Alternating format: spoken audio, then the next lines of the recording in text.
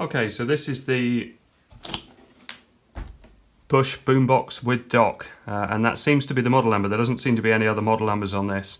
I got this from CEX. Unfortunately, it's going back because if I show you a picture on screen of what I actually ordered,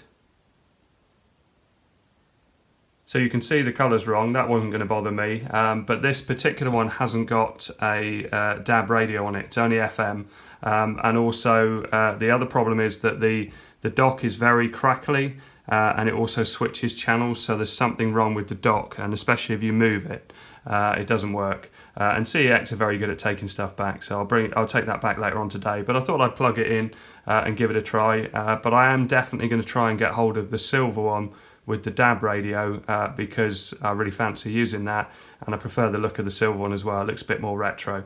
So let's have a look at the back, and on the back we've got it's completely portable, so it uses batteries. You can see it takes the big D-size batteries. What's that, 8 batteries? It's got an auxiliary input on the back as well. Ordinary figure 8 lead, which is nice to see. Bush is a really old make in the UK, but they're all made under license for Argos now. And I don't know what year this came out. I'll try and put a link in the description. But I'm guessing it must have been quite a while ago, because the biggest devices it takes is like an iPhone 4 or an iPod Touch up to 4th generation, I guess, the 4-inch screen ones.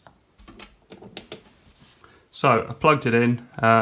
You can possibly just about see that there's a display come up, but if I press this button, that turns on the power. I think you have to press and hold. There you go. So press and hold, so that's come on now. So that says iPod 16. Don't know what that means. So if I open that up, bit of a flaw in the design of this. Now I'm going to take off the base of this to make it a more close dock. Just start up my iPod. So here's my lovely iPod Touch 2nd gen, which has got a bit of a case on it. I can take the case off actually. There you go, not in terrible condition for the age that it is. Okay, while that's booting up, let's switch to radio. Now the radio reception isn't great here, but it's usually all right. So that's fully extended. I like the way it pops right back in the machine, so it's a bit safer. So if we hit mode, here we've got radio, and difficult to see from the angle, that says FM 102.2. What you can see on, you can probably see it on the phone. So let's tune in a local station. Just while I do this bit, let's just turn off the light. There you go, so you can hear there's a bit of hiss there. Okay, so I won't play too much of that for copyright strike reasons. I won't try the auxiliary input because that is what it is. It's got instrument input as well, and on the front there's a 1/4-inch jack, and also a headphone socket on the front as well. You see it's got Ipod Navigation here. I haven't tried that to see what that does. Let's just... no, I don't really use this an awful lot, this iPod now. Well, I don't use it at all really, it's just in a drawer, but I do love it, and they're worth so little now that it's kind of worth keeping. Right, so it's actually quite awkward to dock. That feels like it's in. Close that up, hit play.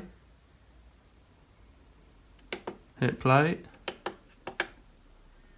Okay, so I've got to now switch it to iPod.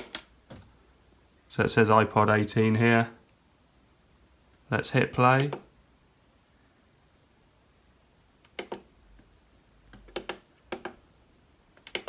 I think you have to press play on the unit before you start. Now you wouldn't have thought that was the case, but let's just press play, turn the volume up a bit.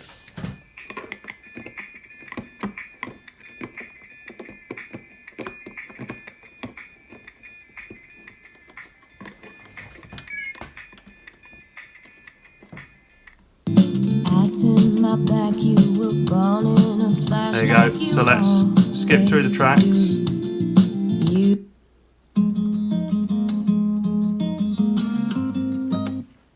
Give it a bit more volume.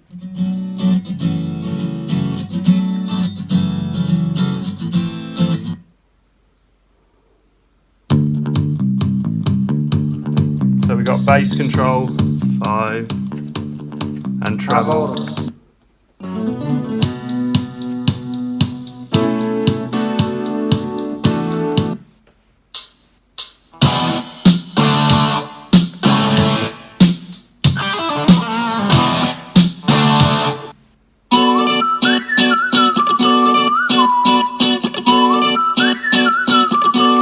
So if I pause it, let's see what this Ipod Navigation does. So there's a menu button here.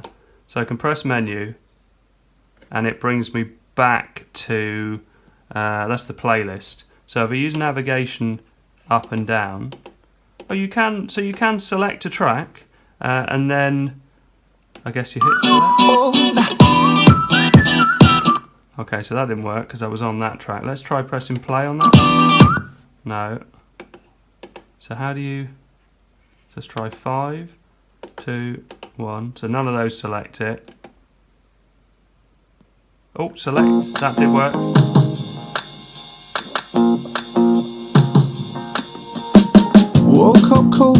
So you do have a bit of navigation. I was thinking there was a bit of a flaw in not being able to access that. But to be fair, press menu and it goes back to the current playlist you're on. Press menu again and that gives you a list of all your playlists. You might wonder when you could have time to study. You can with the Learning Institute because our flexible But apparently if you press down, it turns the radio on. What's happened there then? So iPod, back to iPod. I'm feeling quite sick.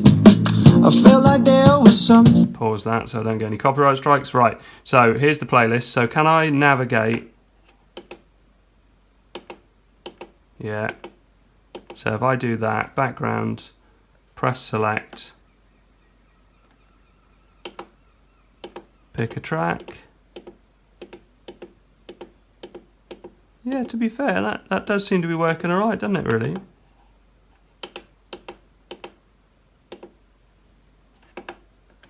Hit select.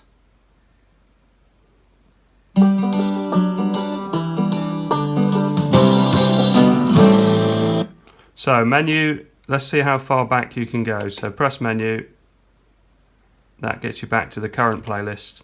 Press menu again, that gets you back to your list of playlists. Press menu again. Oh, goes to all songs. Keep pressing menu, that was audio books. Yeah, I don't know what it's doing now. Seems to be toggling through loads. iTunes University.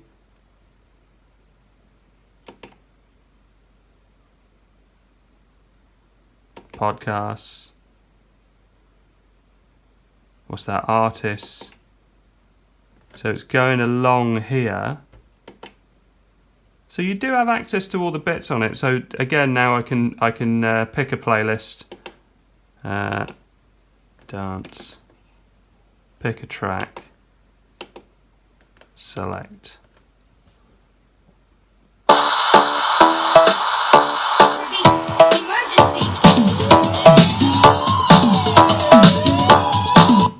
So as you can hear, well, you probably can't hear because you listen to a phone microphone, but I think it sounds all right. I think it sounds all right for what it was. If it wasn't for the fact that quite often it just goes mono sound and it's a bit crackly, and the fact that it hasn't got a DAB radio, I wouldn't be taking it back. But I really wanted a DAB radio for my garage. So anyway, I hope you like this. I think it's a great unit and I will definitely be looking around for a silver one. Thanks very much for watching. Please like and subscribe.